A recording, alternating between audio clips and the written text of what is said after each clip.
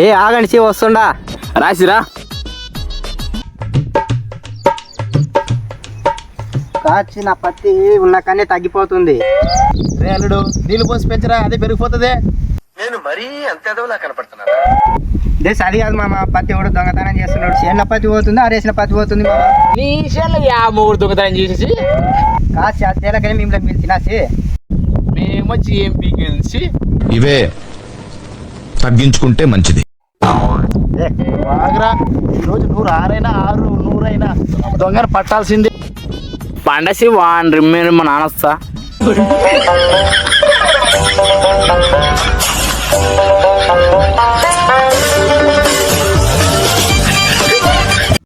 A few moments later.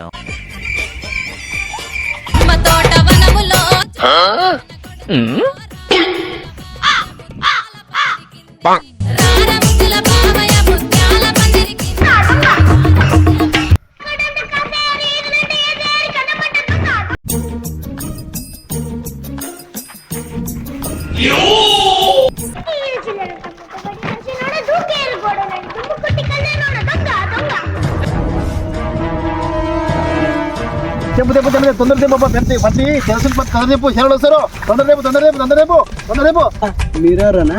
మాసేనేరా పత్తి దొంగతనం చేయడానికి వచ్చిన.